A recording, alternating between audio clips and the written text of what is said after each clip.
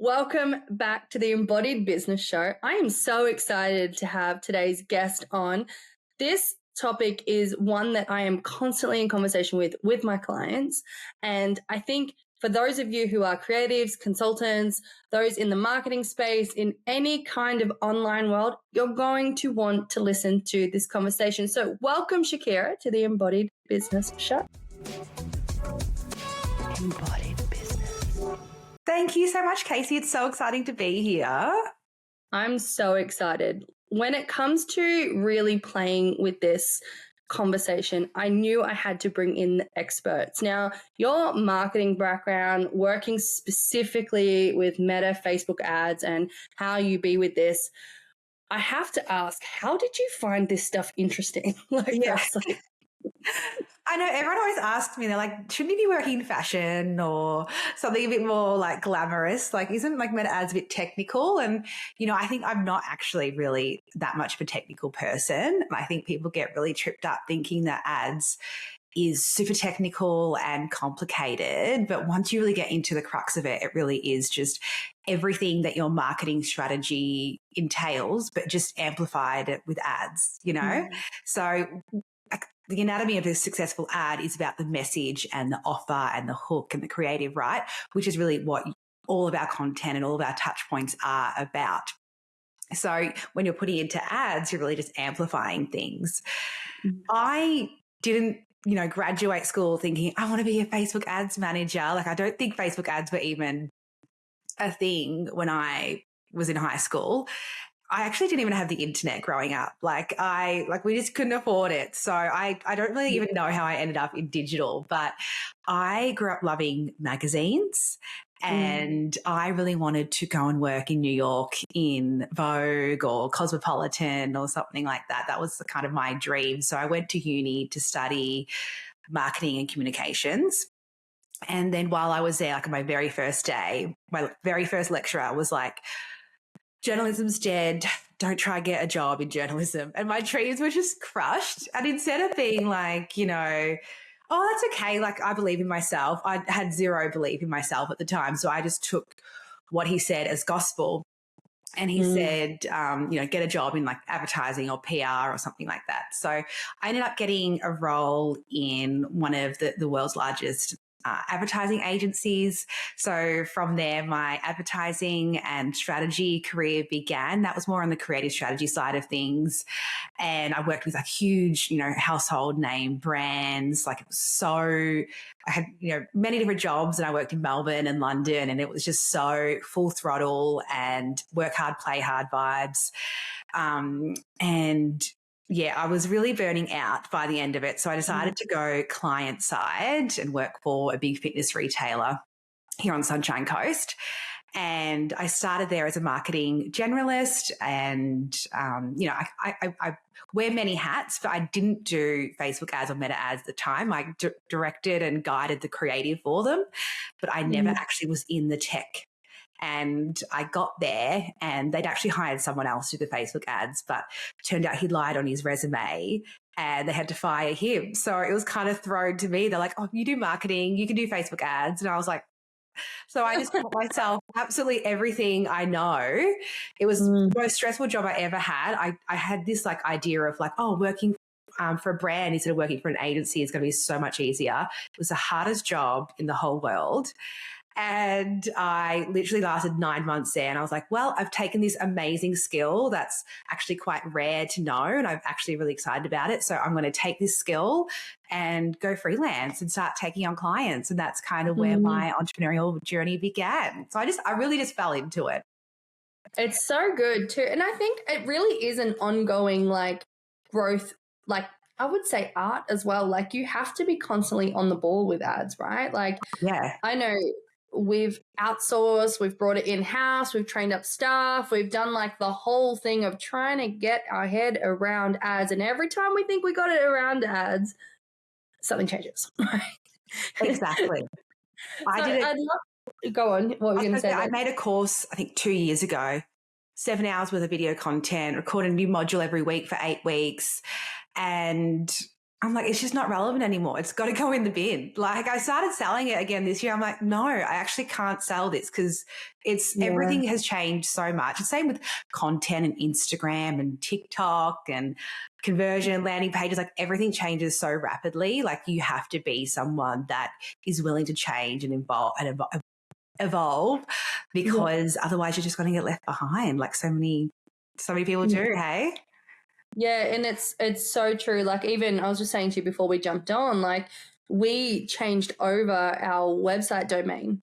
And where we changed the domain, it completely threw off our whole algorithm with ads. The ads are still sending, even though we had put the new website in, it was still sending it to the old website. And then it's saying like the page is not found, and we could not figure out for the life of us what was happening. And it was because of the memory, I think, where ads is so geared to knowing your person and like really stocking everything behind the scenes. Memory can be like such a big thing on how you set the ads up to win for you as well. What have you found to be the easiest way to understand ads for the person who is like, I don't get ads whatsoever? Like, how do I start to get my head around this? Like, you know, and I'll just give a quick little backstory for me. When I first started doing ads, I tried to do it myself, totally overwhelmed, inundated, didn't understand it, palmed it off. Then I hated that I didn't know any part of my business. So I took it back and I went through this bit of a journey. So I'd love to cut that little bit down for people.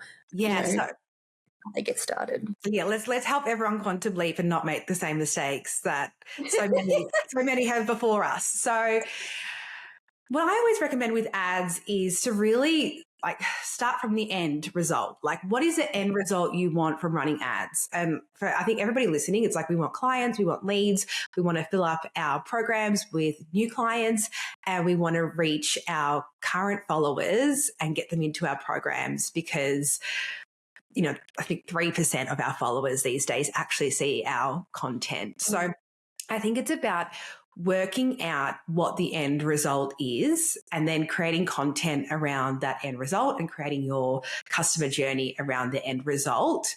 So it's kind of like thinking of ads last and worrying the least about it is what's going to help you have the most success. So when you're thinking about what you offer and the end result, so let's say, let's say you are trying to get more numbers into your mastermind, right? So you want to get more people into your mastermind, but you know that if someone's never heard of you before, they're a totally cold audience, selling them into your $10,000 mastermind is probably going to be a pretty hard sell. So it wouldn't make sense for you to use your content about masterminds into your ads, right? So it's about being really strategic and thinking about, okay, at different points of the funnel. So in ads, we have top of funnel, which is a cold audience, and you target those people via their interests or their behaviors. So we can target people that are business owners or interested in entrepreneurship, or people that are interested in beauty, or, any kind of, pick your niche. You can kind of target those people and where around the world you want to target them. And then we have our middle of funnel, which is like our current audience, people following us on Instagram, maybe our email list. And then we have our hot audience, which is people that have been on our website, but for some reason they haven't purchased yet. So can we retarget them with a different offer? So it's really about thinking, okay, I have a mastermind coming up. I've got 10 spots I want to fill, like this is for an example, and this would apply to any kind of offer or program or service-based industry as well.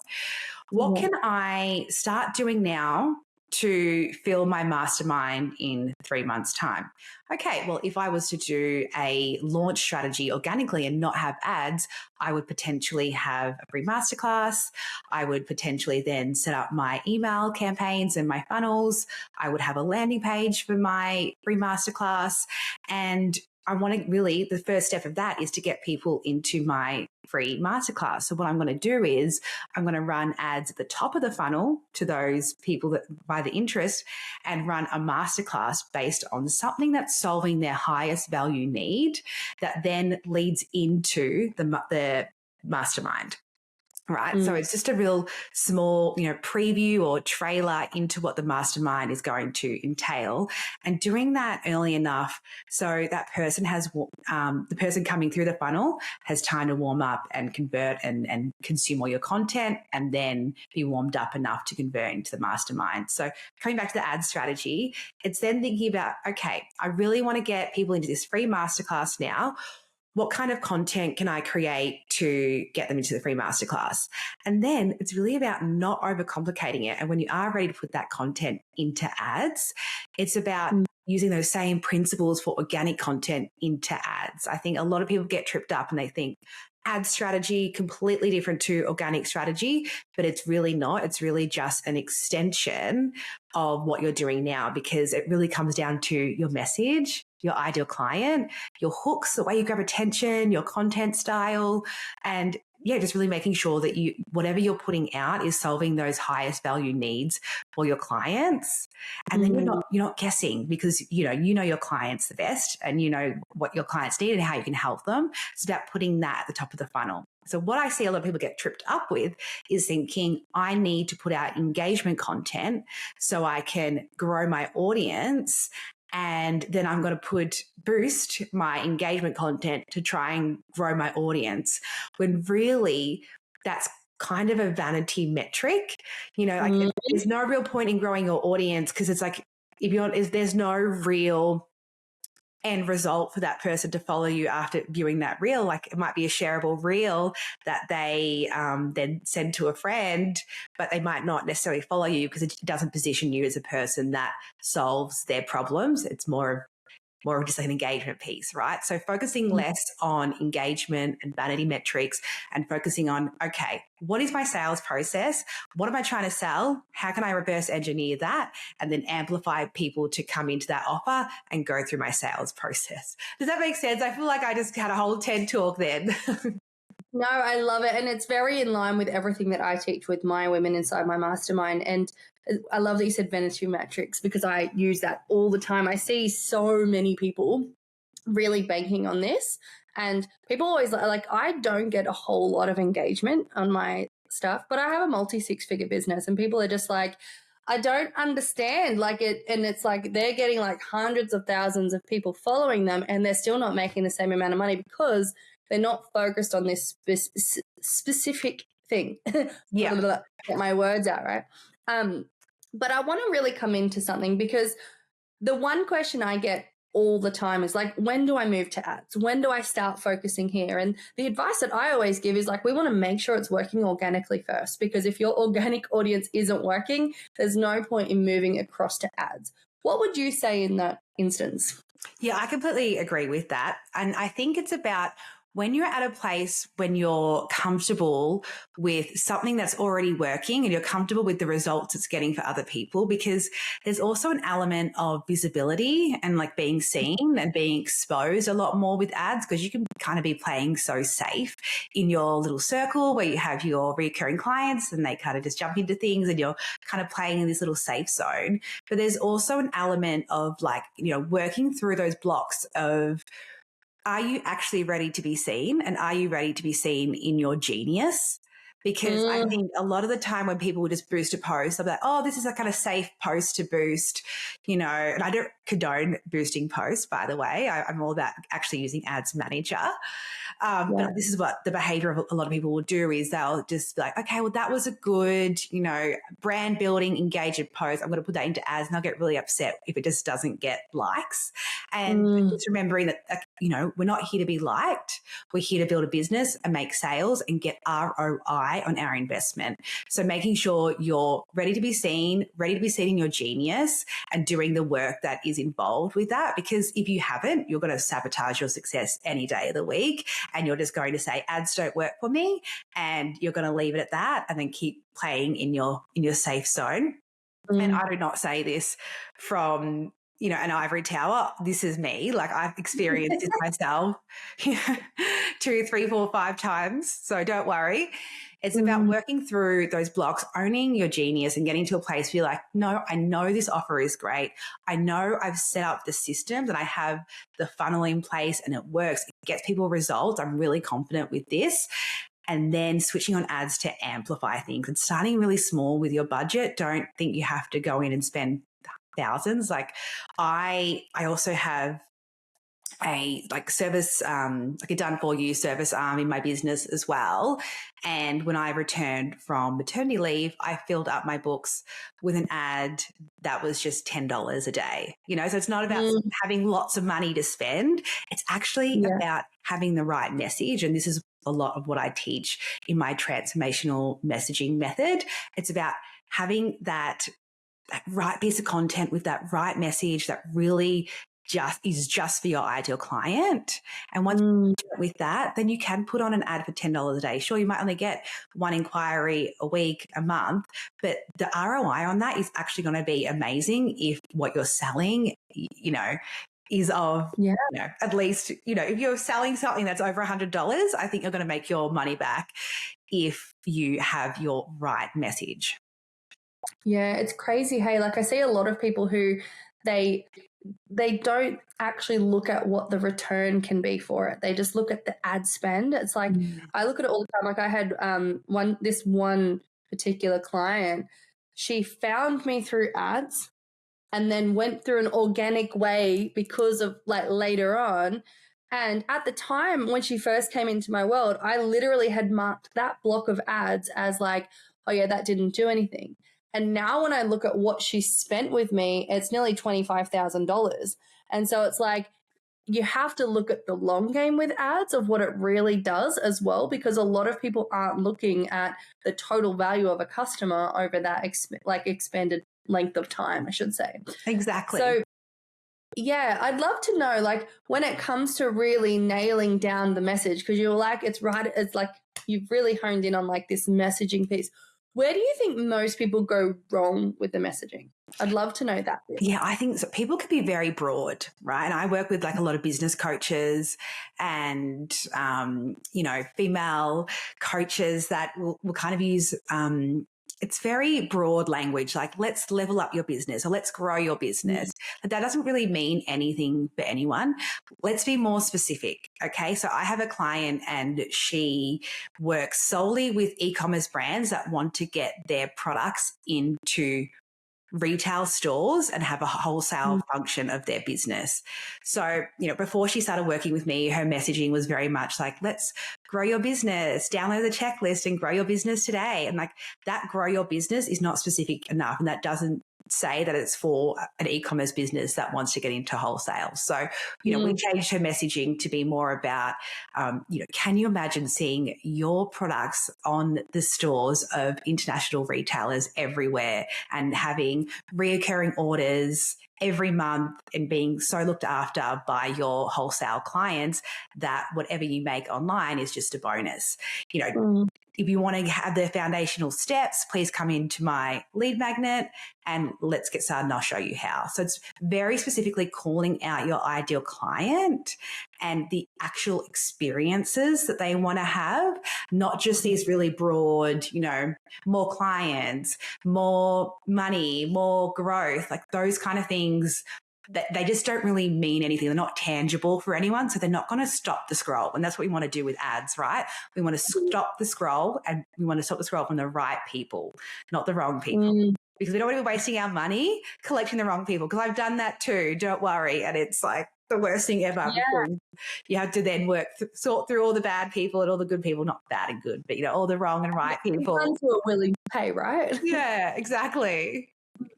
It's funny you say that because I always say to my clients, I'm like, give me all the desires and then they'll give me the fluffy stuff. And I'm like, now put it into something tangible.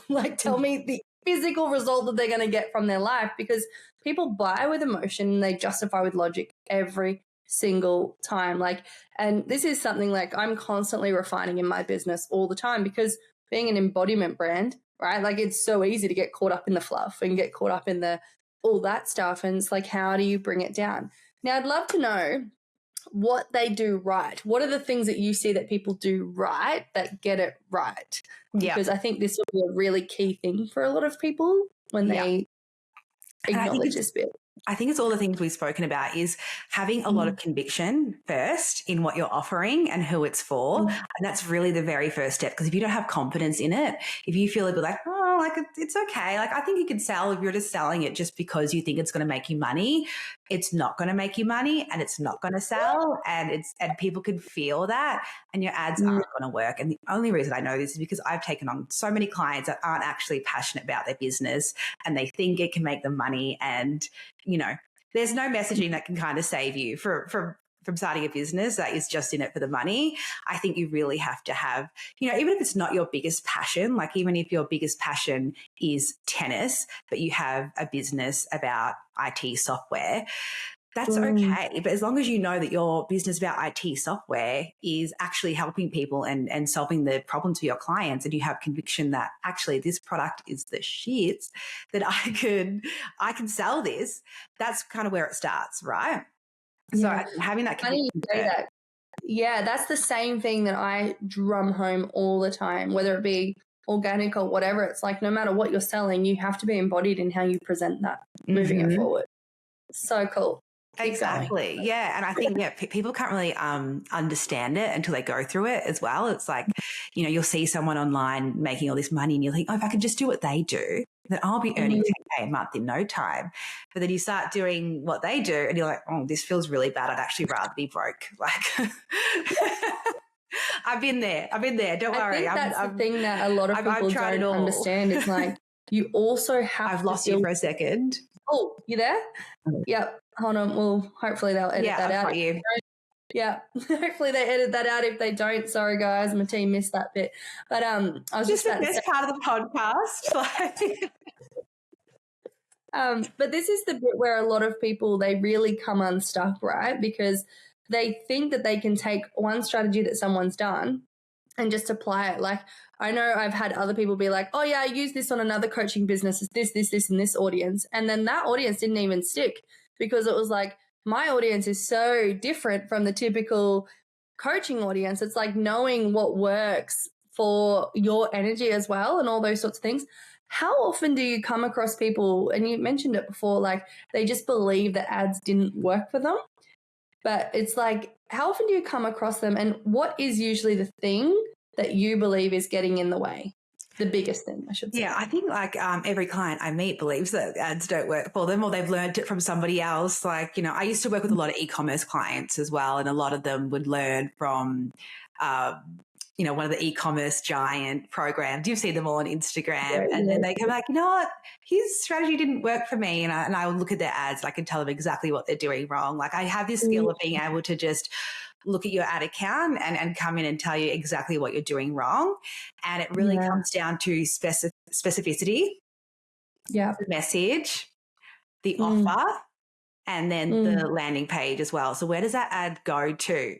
So what is on the landing page is so, so important. And I think a lot of the time we don't do checks as well. Or sometimes we'll just think, okay, this is what a landing page needs to be, but it doesn't actually resonate to your brand at all. Like, a lot of the time I'll meet someone, I do like power hour sessions, and they'll be like, okay, I just want like some quick wins. What can we do? And their energy is amazing. Like, they're so good at what they do, and it's just not reflected in their ads. And I think you really want to bring whatever that experience is of actually working with you. I'm like, this is not giving, Casey. This has got to go, I haven't looked at your ads, Casey. I'll look at them after this. I'm like, this landing page, this does not give me you. It's not reflective. So I think being really intentional about every touch point, and anywhere that you think and you look and you're like, oh, I'd actually be really embarrassed if my like top tier high-end ideal clients was looking at this. Don't amplify that into ads, because ads amplify everything. So not about being perfect as well. Like, the weirdest ads, the ugliest ads, sometimes they're the best performing ones. It is about testing and learning a lot as well. But, I think a lot of ads managers talk about testing, A/B testing.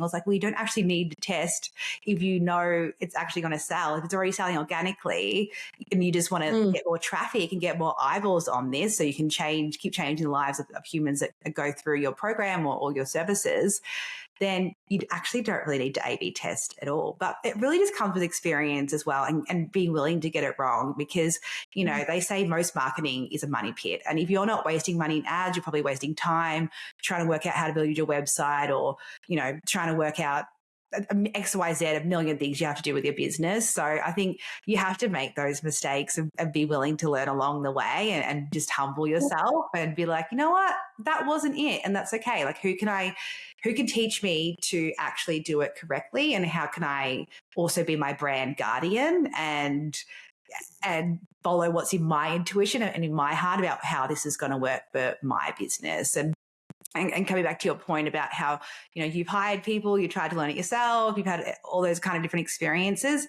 The way that I think is the best way to do it, because, you know, a lot of people also say ads don't work for me because they put all their money into an agency, and that they were just another number in the agency, and 100K later they've had absolutely zero results. So instead of going to an agency thinking they're going to like be this miracle elixir for your brand that's not already working, if you're not already getting sales, like, please do not go to an agency. I would suggest learning ads yourself, because ads is a very costly thing to outsource. So once you learn it yourself and you understand, you know, how the system works and the metrics as well, because being able to actually read a report. Because I remember back, you know, when I first started like engaging with other agencies in my agency days, doing the creative side, and we'd work with the media agencies and they'd present reports to us. And I'm like, I have no idea what any of these metrics mean. Like, what are these results? Like, is that good? Is that bad? Like, and at the end, they'd be like, do you have any questions? And I just wouldn't say anything, because I'd be too embarrassed that I didn't actually know what my questions even were, you know? So knowing what your questions are going to be, and knowing like, okay, what's a click-through rate? What's a cost per click? What's ROAS? What kind of, you know, what's my average order value? Like, all those metrics, and having an understanding of what they mean. And the only way you're going to learn is by actually getting in there and doing the things. So I think learning how to do ads, and then getting it to a place where you are ready to outsource it to somebody else who can just, you know, do it better than you, and amplify it even more. But I think, yeah, one of the biggest mistakes I definitely see is people trusting in the wrong people, because they think they have the magic pill that's going to come in and help them and save them. Can you relate to that? Or I don't notice just how much my head is nodding right now.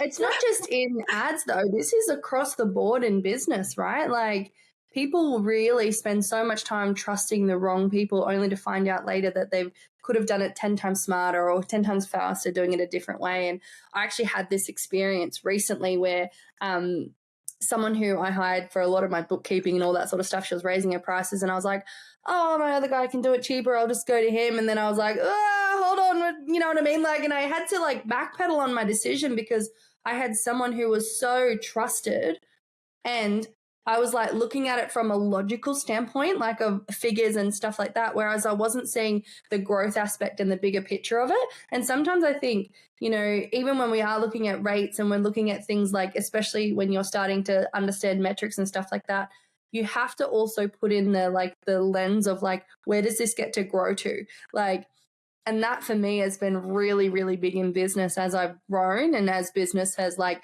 done this, like gone up and down, up and down, up and down, and like knowing where to work with that. And like ads, for one, when we like first started, that was my biggest thing, was like, I was just like, I'll just palm it off to someone.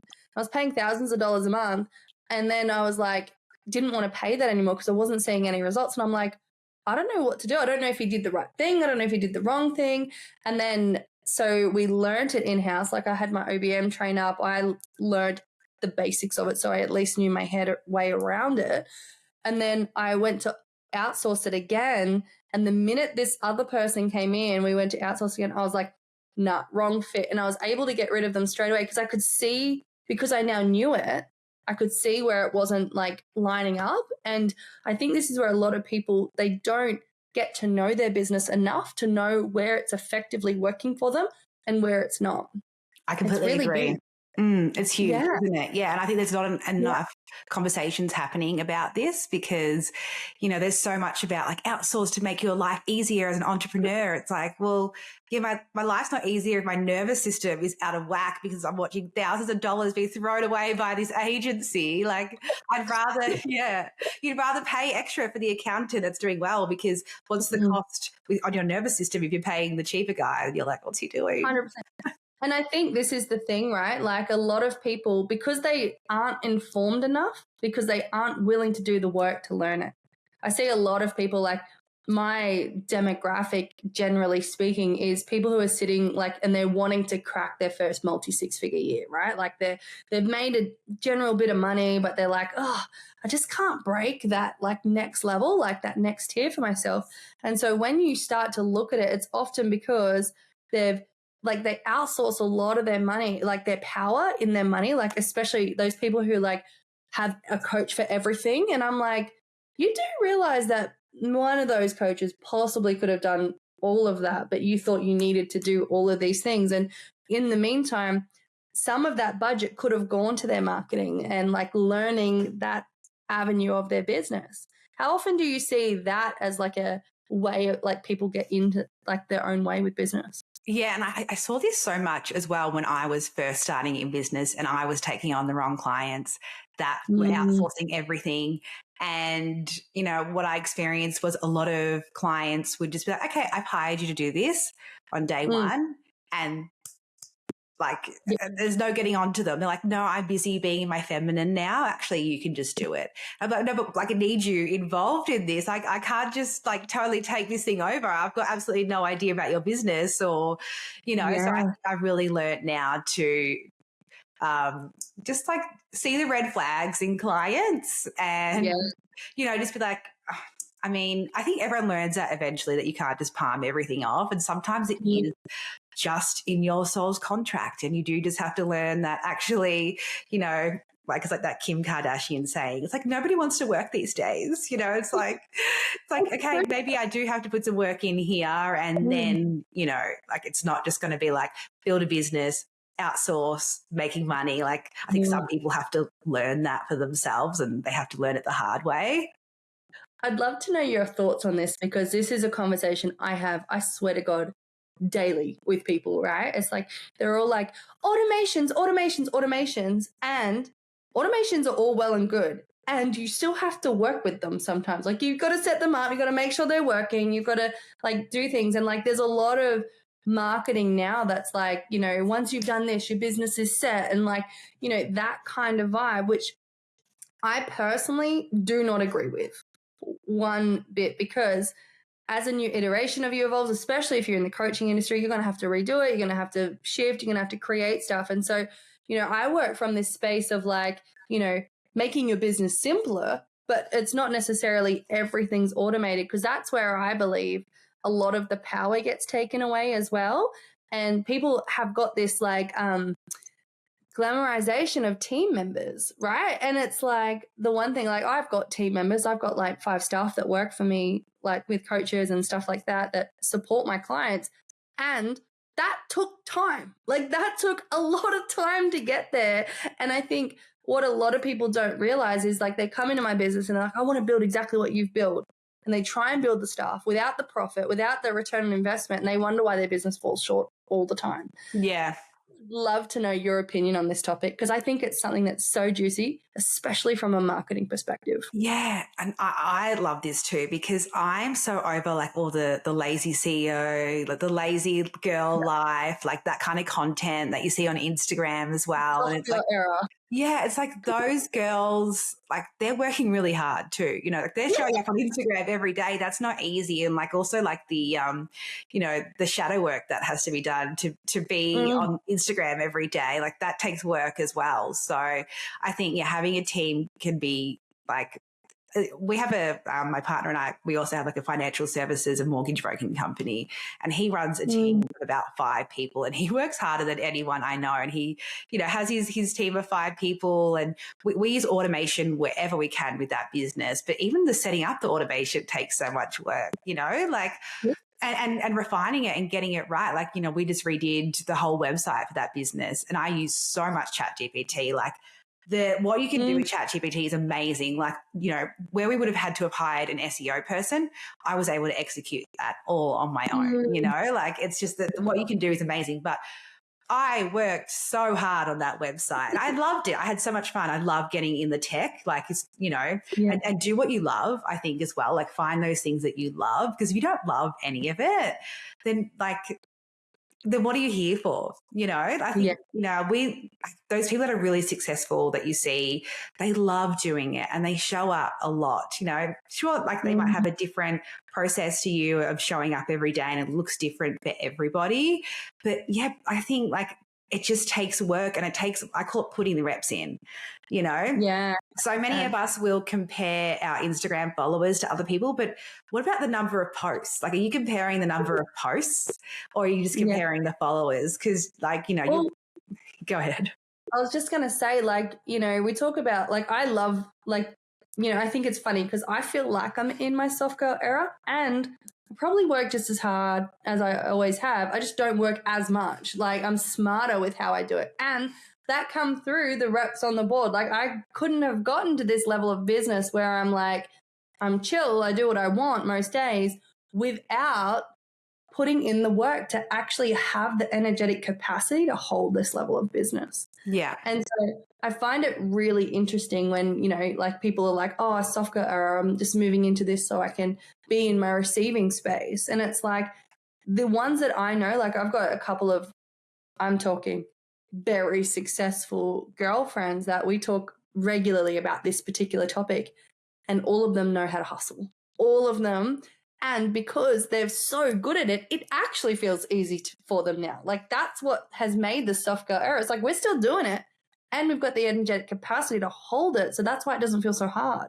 Like, people like me, you're always putting stuff out, and I'm like, yeah, I'm good. Like, it doesn't feel like me, but I'm still, back in the day when I first started, it would have felt like a lot. Yeah. And because when you're learning everything for the first time, and there's so many hats you have to wear, and, you know, the internal shifts and the external shifts. And, you know, it's like when you're learning all that for the first time, that is so much work. But once you've learned the skill, like once you've learned how to drive a car, it doesn't take any effort to drive a car. But when you're 17 years old and, you know, you're driving the car, it's the first time ever, and your mum's screaming like this, and then you break down in tears and you think you're never going to drive again.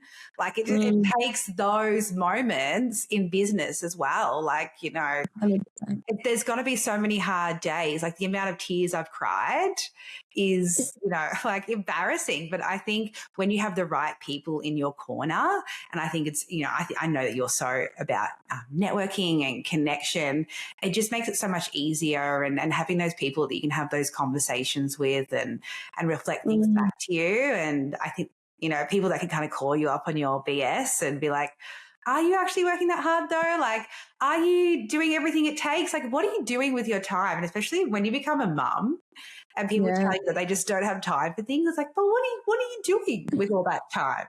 Like, I was having this conversation with a girlfriend just the other day. I was like, I used to be that person all the time. I'd say, just because I don't have kids, it doesn't mean I'm not busy. And I was like, I was so irresponsible. Like, I had no idea. No idea. RIP to all the things we could have done before we had kids and didn't do. It's so crazy. All right, now I try and keep these episodes to around 35, 40 minutes. So in saying that, I have a question that I ask every single person on this podcast, and I would love to hear your response.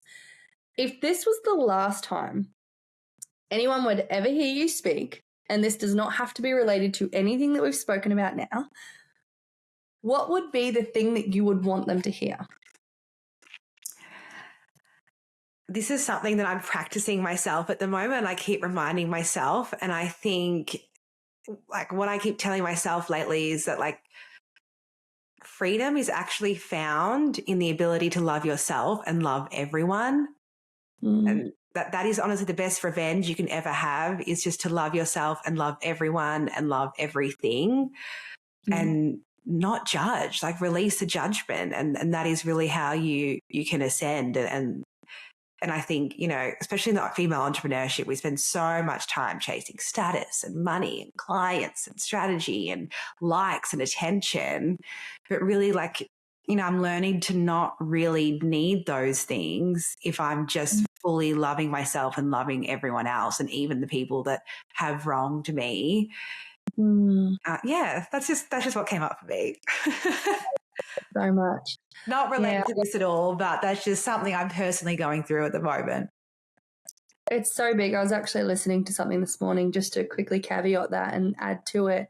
It was like, if you want to manifest faster, the thing that you have to do is forgive yourself quicker, because it can't come in when you're holding yourself in states, So I'm all about that. I'm all about the manifestation. My podcast is actually called Marketing and Manifestation, because I'm so passionate about the energetics as well. And, I think, business is really a combination of the two, if you want to call it feminine and masculine, or if you want to call it, strategy and heart. I don't know. There's so many different ways you can call it, but I call it marketing and manifestation. And I think it's such a fusion of the two. And if you're not loving yourself, and it comes back to the conversation we've had too, if you're not loving what you're doing, then what's the point? So true. So if people want to work with you, obviously they can find you on your podcast, but how do they get in touch with you? How do they reach out? Where's the best place to find you? So Instagram is probably the best place to find me. I'm at Shakira Park _. If you want to learn more about my transformational messaging method that we've touched on in this podcast, I have a very special training coming up called Copy That Lands Clients. And that's going to be all about my copy and copywriting and messaging secrets. So if anyone is interested, I do encourage you to jump in on that. I haven't announced it at the time of this recording, but maybe when it goes live, I will. So send me a DM if you can't find that one. And watch this space for more ads and marketing and messaging content and all those things to help you grow your business and reach your potential. So good. So good. Thank you so much for your time on here. This has been so insightful. I've loved this conversation. Thank you so much for having me. I just love your energy, Casey. I love your mission and what you're about. And I just knew this conversation was going to be fire. So thank you so much. So welcome, and so right back at you, babe. So good.